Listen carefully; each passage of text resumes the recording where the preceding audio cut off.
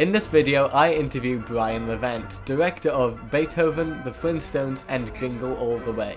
We talk about bringing the Flintstones cartoon to life, working with animals over the years, directing the parade sequence in Jingle All The Way, and how Jingle All The Way has now become a cult classic years later. Stay tuned here on Flicks Unscripted. Hello and welcome everyone, I'm Red from Flicks Unscripted, and today I have the pleasure of chatting with BRIAN LEVANT, director, writer, author, educator, everything. He's directed The Flintstones, Beethoven, Jingle All The Way, and he was the showrunner of Happy Days. How are you doing, BRIAN? Not bad considering we're living in the middle of a fire zone. It's crazy. Many of my friends have lost their homes. And we have a family from Malibu living with it because they still don't have power. We didn't have power for a few days.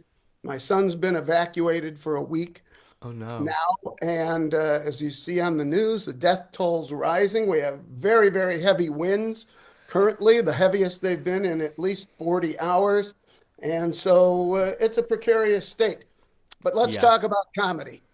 Let's talk about comedy. Yeah, in the midst of it all, let's go there. So, how was your holiday season? Because we're going to be talking a bit about Jingle All The Way, which is, I think, it's one of the best Christmas films. It's one I revisit every year. So, how was your holidays? Well, my holiday is always punctuated by Jingle All The Way. Yeah. And the fact that it was a dismal failure that was truly a career setback for me, and to see over the years how it has been embraced by audiences. Now, look, you were born you were born like 12 years after the film came out. Right. So I think it just speaks to the fact that it is still around, that it has a place in people's hearts and in people's holiday plans. And I'm happy about that. I don't know if you can see it back there. You see the Turboman from the parade. Oh, that's awesome. Is that the screen used one? That's Oh, the yes. actual Oh, one? yes. Wow. Oh, yeah. Okay. But That's cool. he sat in a very nice box in my garage for about 22 years. I didn't want to look at him every day. But Right. today, with the reception and the place that the film has earned in people's hearts, I am proud to display it. But that Absolutely. wasn't always the case. Yeah. Yeah, it's interesting how it's become like this cult classic, and that it shows the longevity of the film, It's one that people revisit every year. Even though at the time it wasn't like received so well, I think it has a place in the audience's heart for sure. Well, when I think about it, quite honestly, sometimes I think that we failed to land the knockout punch that the film needed to deliver to the audience initially. Right. And we had some very stiff competition being released in between 101 Dalmatians and what is the Air Jordan movie? Space Jam. Space Jam, very good. Yeah. Which were by major studios who had been planning marketing and tie-in campaigns for years. Right. Jingle All The Way was built out of panic that 20th Century Fox did not have a Christmas tentpole film, and was literally thrown into production, thrown into post-production. Our post-production was half of what a comparable film would have. And we were working with a very ineffective visual effects outfit who Fox had purchased. We were stuck with doing subpar work. And even in those days, it was much more difficult to do CGI work. But anyways, this doesn't explain why the film failed. I think we were outmarketed, certainly. Yeah. And the audience just wasn't going to show up, for 3 family films and keep that going for a long time. The other 2 are much more successful. I haven't been to an anniversary screening of either of those films, but I've been to many of Jingle All the Way at the American Cinematheque and at the 25th anniversary in Tucson and all over the country. I hear about screenings that are put on over the holidays. Yeah. So it's an odd thing in my life and my resume. Hmm. But the thing is, you got to put it behind you and keep putting one foot in front of the other and keep trying to find work that challenges you and excites you. How did Jingle All the Way sort of come to you, I guess? Like, what were your first All right. impressions to the So script? Did in anything appeal '94, in in particular? '94, I directed the Flintstones for Steven Spielberg, Yeah. and the film, although I think critically reviled is a fair term, the audiences round the world loved this movie. And this is at a time when there are half the movie theaters in the world that there are today, that so many important marketplaces were not even available. China, Russia, Hmm. uh, but where the film did play, the Spanish speaking world, Europe, Australia, New Zealand, Yeah. all over Eastern Europe, even Japan, where they didn't even have the series. They didn't have a point of reference on it. It had never played Really? there. Right. Yeah. It was wildly successful. We made in 1994 dollars, the initial release grossed $354 million, which is about 1.2 billion today, No which is way. really Wow. astounding for a comedy.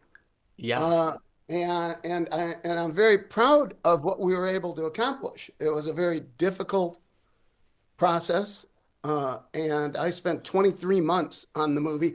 I figured it out once that I made $1.58 an hour on the Flintstones.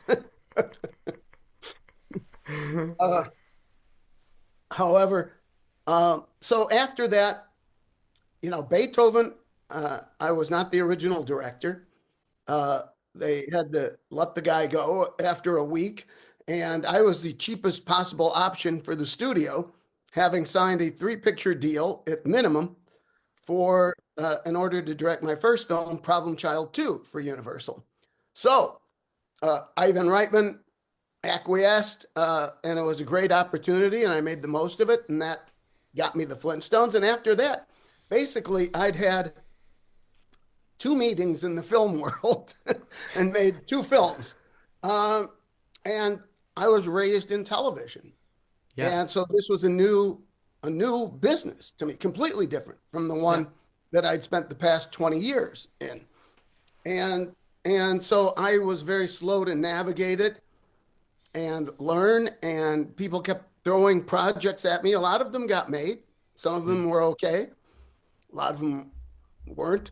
Uh, and finally, when I opened up the script for Jingle All the Way as a toy collector, I immediately saw the opening in the script I first read Yeah. was shooting the manufacturing line of Turboman. And I said, Okay. "Oh my God, this is great. I'm gonna design a toy. We're gonna make the toy. We're gonna sell the toy. The movie's about the toy. This is great." And so I met with Chris Columbus, the producer, director of Home Alone, Mrs. Yeah. Doubtfire, Legend. Adventures in Babysitting. And we had a wonderful first meeting that those feelings wouldn't last, sadly. Uh, but and Arnold was cast already. They tried, Fox wanted Arnold and Danny DeVito to play Howard and Myron. Danny DeVito wasn't interested, but Arnold signed on. So I met with Arnold. What was he shooting? The day after, or the sixth day, something like that. Uh, Another movie that only grossed $61 million. That's how I remember it. Uh, and we started scouting in Minneapolis. Chris Columbus, I said, why do we need to shoot in Minneapolis? He believed in being in the real place. Yeah. And I'm like, we can shoot this in Studio City. As it Yeah. turned out, Minneapolis had its warmest spring in decades, and we had to bring snow in. Oh my from god. Wisconsin. Yes. Yeah. That's Uh, crazy. but we enjoyed our time in Minneapolis. Yeah. Uh, and you know, it was the longest film I'd ever made by far. The Yeah. Flintstones, we shot 55 days and 4 days of second unit. Okay. This, we had 84 days of principal production and Wow. I believe 38 days of second unit, including helicopter work, all kinds of every visual effect you could use, motion control, uh, uh, everything you could ever think of was incorporated to make a man fly. We had what was his name? Bob Howard, the man who had supervised the flying sequences in Superman with Christopher Reeve out of London. We had him, and this the parade was shot on the back lot at Universal in Okay. June in 100-degree weather with Ooh. people dressed for Christmas in Minneapolis, and we had people flying all over. But on each end of the 3-block long New York Street on Universal's back lot, we Yeah. had 200-foot cranes with wires in between them and travelers, motorized travelers, which would then Turboman would then be dropped on wires below the traveler and move along the street. For instance, so the technical issues were difficult, and nevertheless, we finished the film on schedule, on budget, Wow. and there got to be a lot of infighting. Now with Arnold and I, he was totally unaware of it, and we had a great time. I think that BRIAN LEVANT, as a director, has been really so much fun and so inspirational because he has always so much joy. He's a good man. Most of the people who I've done really well with weren't like, let's think about this actors. They were people who came from sports backgrounds, Mm. like me. Yeah. And okay, let's go do it. Let's give it a shot. Arnold was a superb world champion athlete. Cuba Yeah. Gooding was an amazing athlete. Ice Cube. These are the guys Yeah.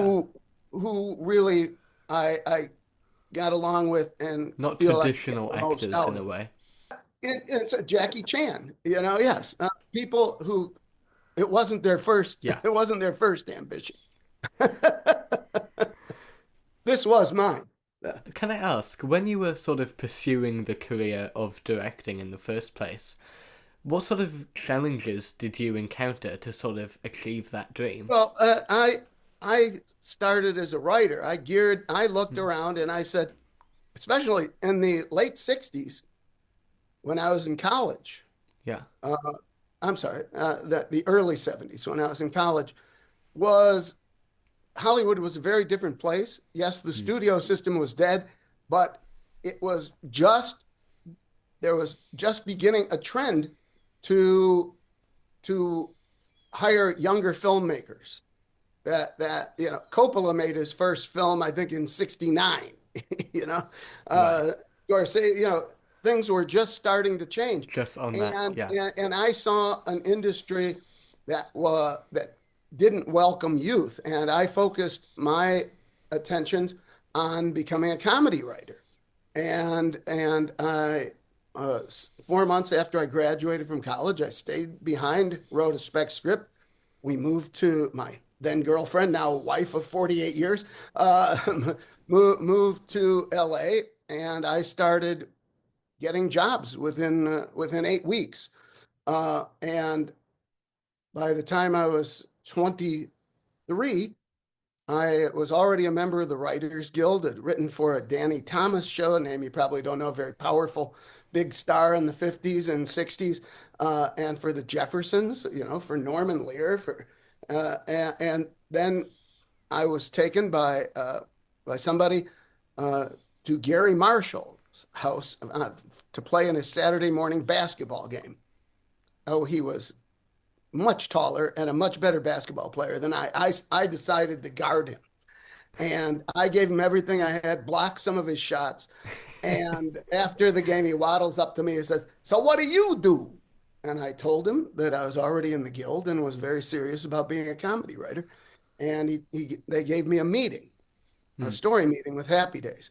They bought the first story I pitched, and I was there on and off for the next 8 years of my life. Wow. And, Happy Days was Yeah. an incredible, they were the number one show in television. It's iconic. And bigger in England, actually, than it was in the U.S., believe it or not. And it was a tremendous opportunity to work and learn from the best. But continue to work with Ivan Reitman, who I think is very, very underestimated today, despite, his major hits. This guy was a great filmmaker. This guy knew every step of the process. I mean, he also had a temper, but always unleashed at those below him who couldn't defend themselves.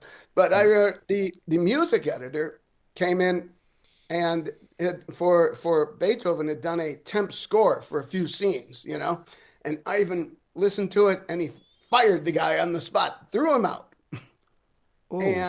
And so then he and I and Sheldon Kahn, our Academy Award winning editor, did a new soundtrack, new music for the entire film in a day. Oh, wow. And him supervising, he said, "You have the right music. It's not being cut right." And watching him put together that temp score was an education that I took onto future projects. Working with Steven Spielberg and having him tell me, "I want to see things that I've never seen before." Okay, those are the kind of challenges that you appreciate. And so my whole goal in making the Flintstones was to please Bill Hanna and Joe Barbera, the creators of the Flintstones, and then men in their mid 80s who were not working this much really, but to earn their confidence and respect, and to have them love the movie, and to please Steven Spielberg. And when we showed it to Steven, and he wouldn't see it until we had temp effects in for every visual effect, a couple hundred shots, not easy stuff. In those days, it wasn't easy to make a CGI shot. You had to shoot with a VistaVision camera, which was something that was developed in the 50s for a wide screen, because it had a bigger, literally a frame of film was this big. And so you had to shoot all your CGI shots like that, and you couldn't move the camera or anything. So it was very difficult. But Steven walks in, and he doesn't want to sit in the same row with you. He wants to sit in front of you. And he said, "I never laugh at these things." Well, he did laugh. And then he stood up and smiled and threw his arms out and said, "Guys," to me and Bruce Cohn and Colin Wilson, the producers, he said, "I love it. And don't change anything." And we said, "Okay." That's a compliment. But then we went and previewed it and discovered we had to change some things. People know better than Steven Spielberg. Well, remember, he doesn't like to preview his films. He'd had a couple of bad previews along the way. Empire of the Sun did not test well. Hook tested very badly. And after that, he never tested another one. Fair enough. But whereas Ivan Reitman was very keen on learning about the audience from previews. And like, for instance, there's one moment in Beethoven, in an earlier cut of Beethoven, where Stanley Tucci goes like this to a dog. And somebody in a focus group didn't like that. And Ivan said, "Cut it out." And it was, "What? It's nothing." And he goes, "If one person objected, more will object. Don't lose them." And so a decision I didn't agree with, but probably benefited the film as a whole. But that he really, he had his ear to the ground, you know. And like I said, he so many talents, truly, truly. And so when you work with these kind of people, number one, you're working with their organizations. You know, Yeah. and I always feel that I work best within an organization, like Gary Marshall's, like Stevens, like Ivan's, you know, where they've surrounded themselves with top people who are there to support you and help you, which is different from a lot of places where I've also worked places where there are people who the best way to describe it is people who walk around with a bucket of water, start a fire, put out the fire, and then take credit for putting out the fire. But they started the fire. And there's a lot of those. There's always one like that on every project. But that has very little to do with my career on the whole. But just insight into any workplace, you know, you're going to have those kind of challenges. You'll have different types of people, totally. And yes.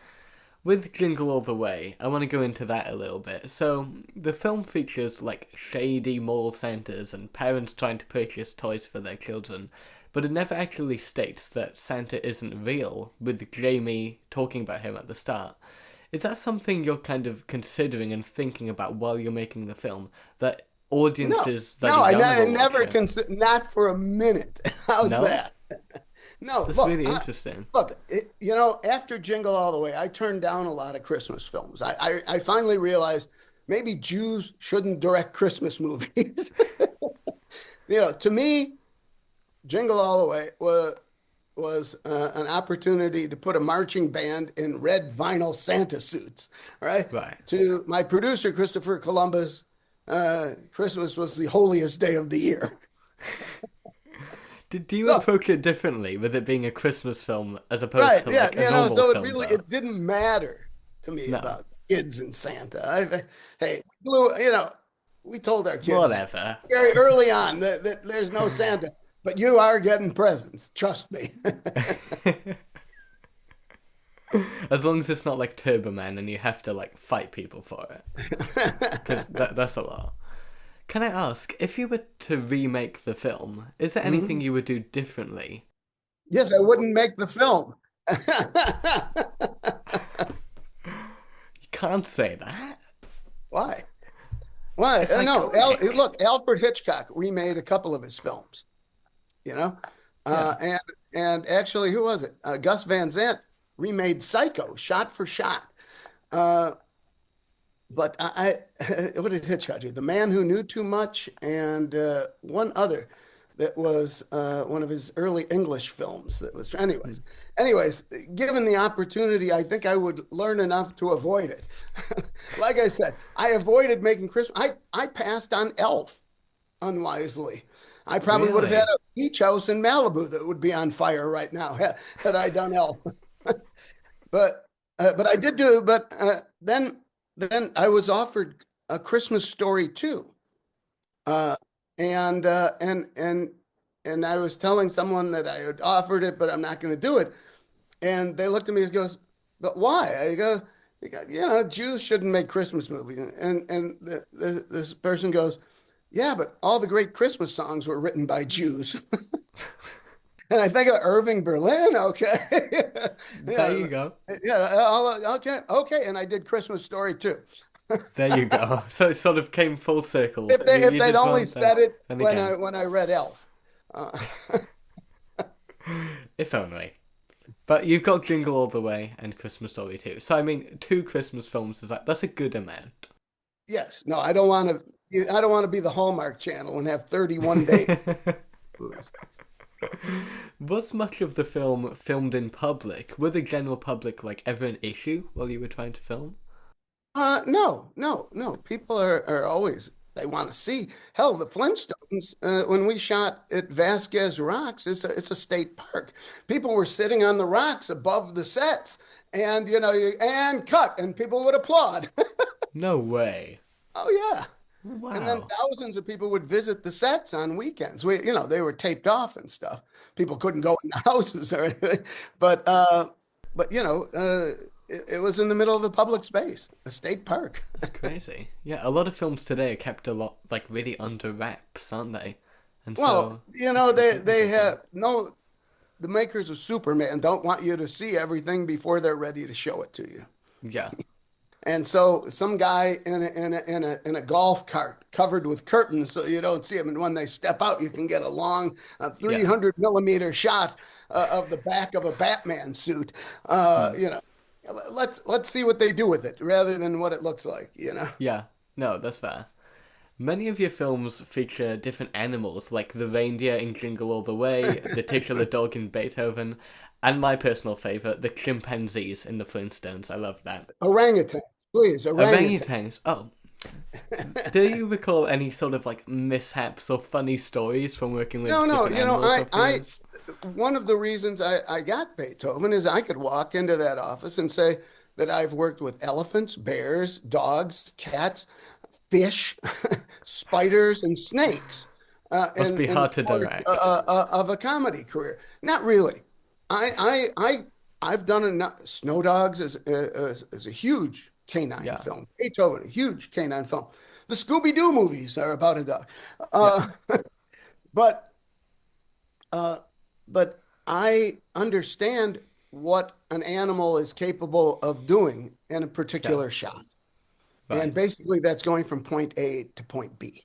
Hmm. And that's it. You have to use your filmmaking expertise to imbue them with the Hmm. qualities that the audience wants to see of them of heroism, protection, Yeah, sweetness, affection, anger.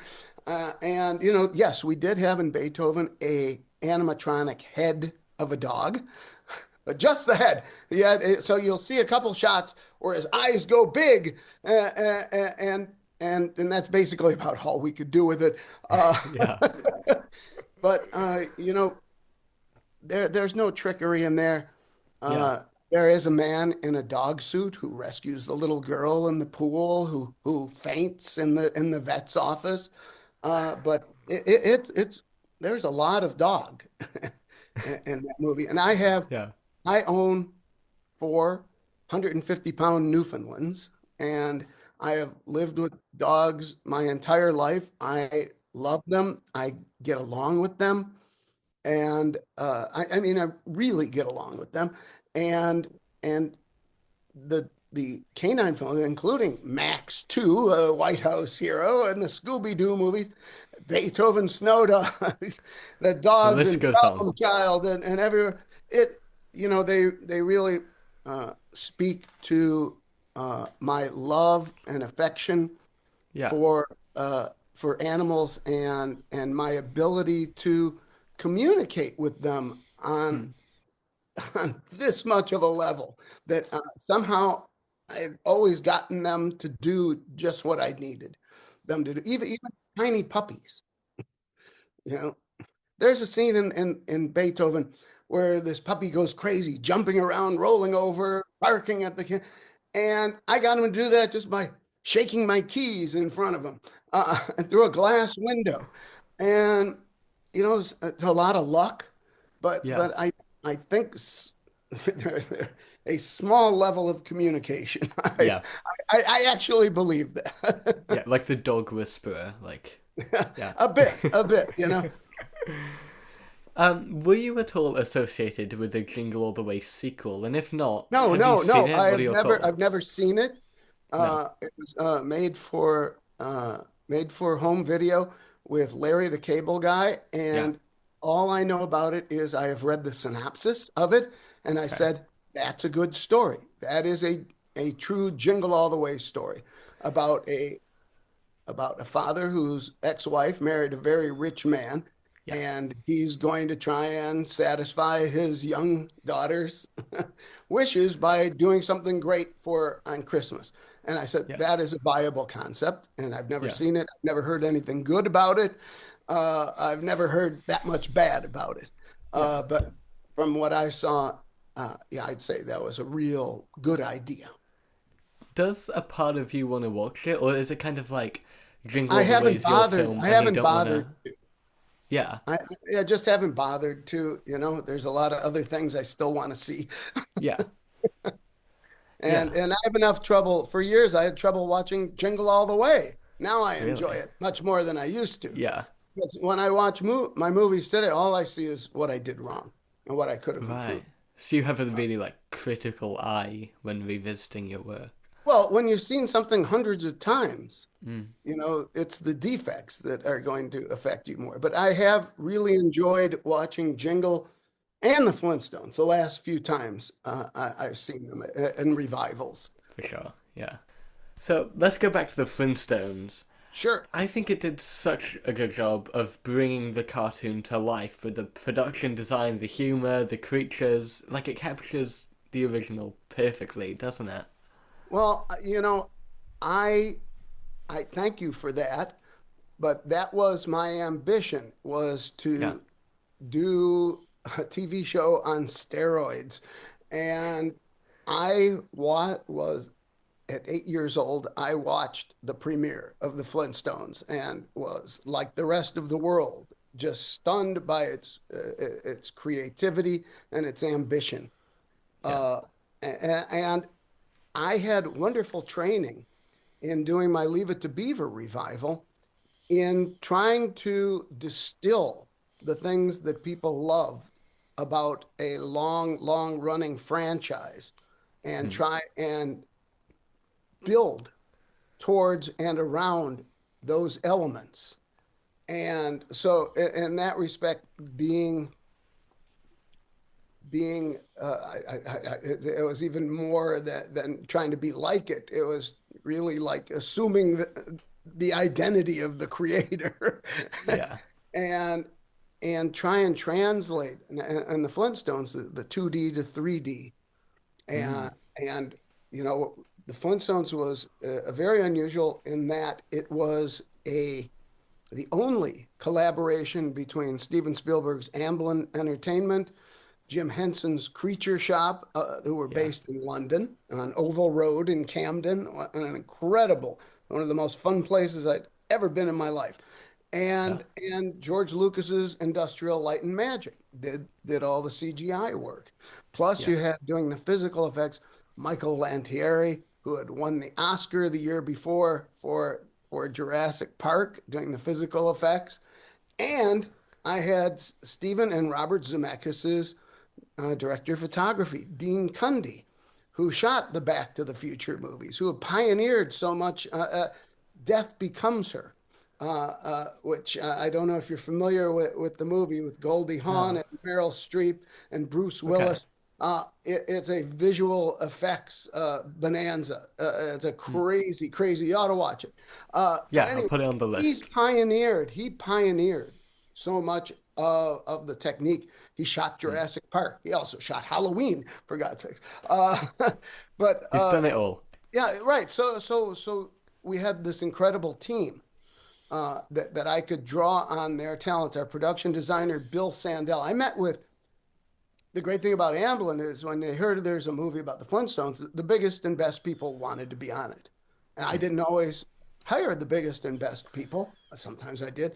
Sometimes I hired someone like Bill Sandell who'd done big projects, but who wanted to be a purist. They had me meet, for instance, with Ken Adam.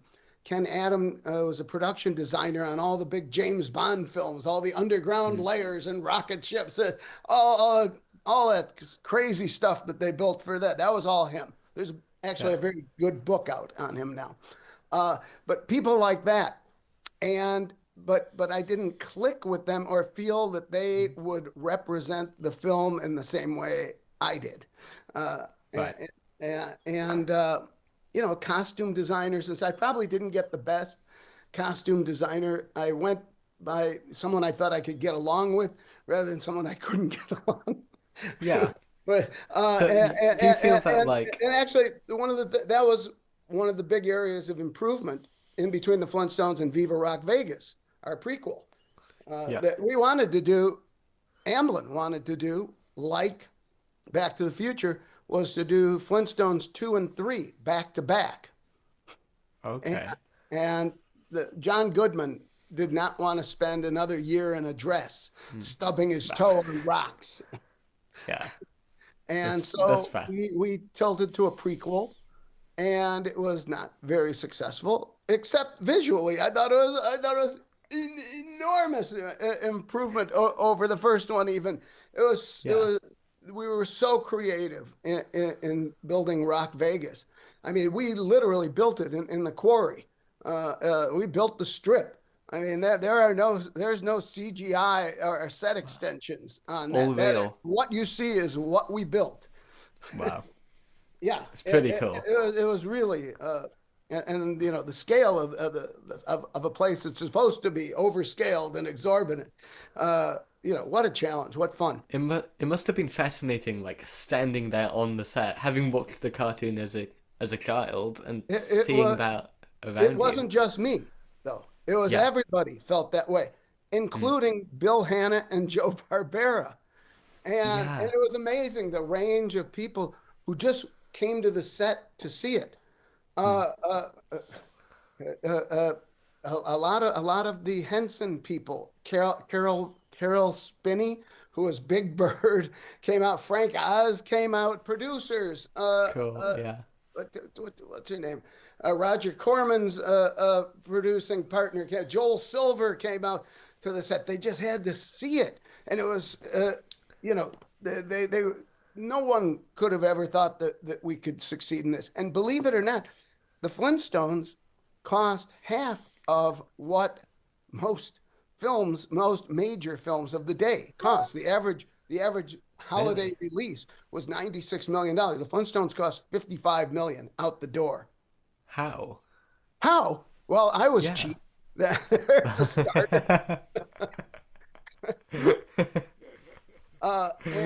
And you know, yes, we had hundreds of people building 6,000 sets, props, costumes, cars, you know, the kitchen sink, the Henson Creature Shop. Did it for a very reasonable price. I mean, Mm. they were very impressed with you know, Stephen wanted me to use, oh Christ, what's his name? The guy he used on Jurassic Park, who's no longer Stan with. Winston? Yes, Stan Winston. And I did not detect a drop of whimsy in in Right. in, in Stan. I'm sorry to say, he did amazing work, and but when it came to charming Mm. and lovable, I didn't think that was his strength. Yeah. As opposed to now, my kids were watching a lot of Henson stuff at the time, and Yeah. I knew of the Creature Shop. I did, you know, what was that David Bowie movie they made? Oh, Labyrinth. Yes, very good. You're good. You're good. Um, you know, those kind of things were so impressive. And Yeah. the early Muppet movies, you know, where Kermit's Yeah. riding a bike, there wasn't anything these people couldn't do, you Yeah. know. And working in there, it was the most creative place I've ever been in my life. Mm. Uh, the people there were just so kind, so sweet, and so talented, and there were seemingly hundreds of them. And you know, first, you know, designing all the 22 creatures that Yeah. they made from a 75-foot Bronto crane that was so big it had to run on railroad tracks and take 12 puppeteers to the 6-inch the 6-inch bottle opener, which I voiced. This job sucks. And, you know, they brought life Yeah. to the lifeless. And if you look at the eyes of all of the creatures that they made, they are sweet and kind. Mm. And I think that is, you know, I think that disarms an audience like nothing else. The reason Yeah. Stephen built E.T. with those giant eyes, and why, Yeah. seriously, and why baby animals have large eyes, so their father Humanizes won't them. kill them. Yeah, Yeah. they're Do too you- cute to kill. yeah. With all So those somehow, like yeah, props, exactly. did you take anything home? Like we've seen Uh, Turboman. Have you got like any like I'll show favorite you pieces of something here. merchandise you've got? Hang on. I took most of the maquettes.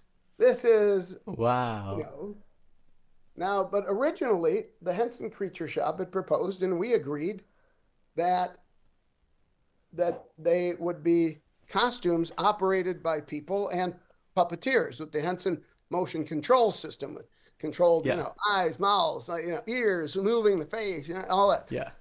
Hundreds of servo motors, and as well as Baby Puss, the Flintstones' pet saber-toothed tiger.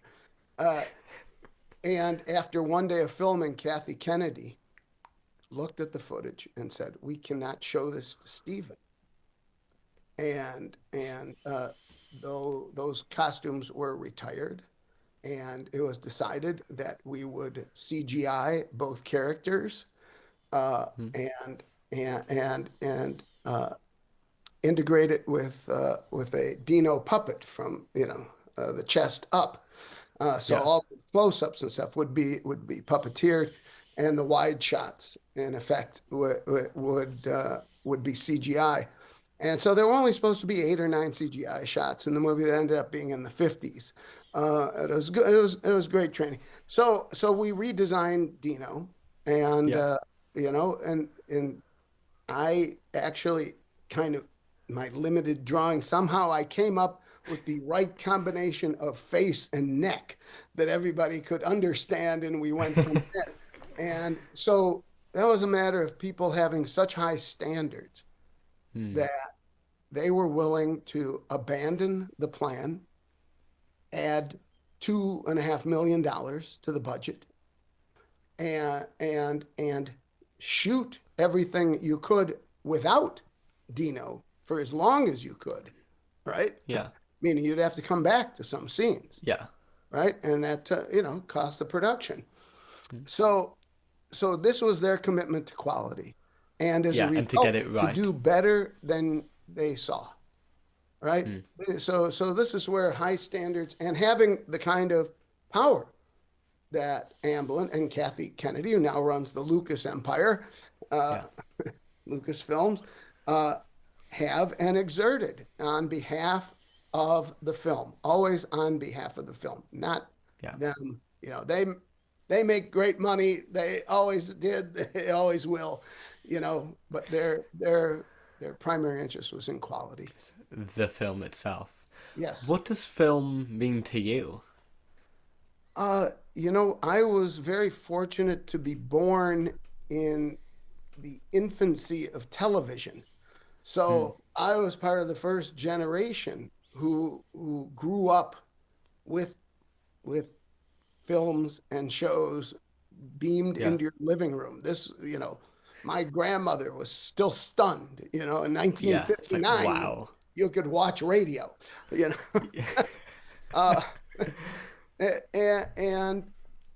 I knew from the time I was 4 years old that I wanted what I wanted to do. And truly, I have a thing in my baby book that my mother wrote, that in a meeting with my nursery school teacher, she said, "Brian is going to become a television, what was it, the word, entrepreneur, like Saul Hurok, who used to produce what they called spectaculars on TV." Right. That I watched it. My father hated me watching. He never thought anything would become of it.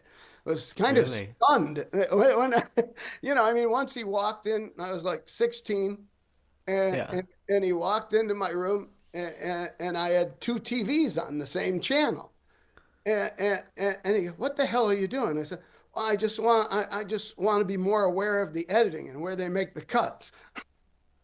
And he was like so baffled. He just walked out the door shaking his head, But in the meantime, when I first got to Happy Days, and my second episode, I was on staff by then, and they said, "You want to come see a rough cut?" Right?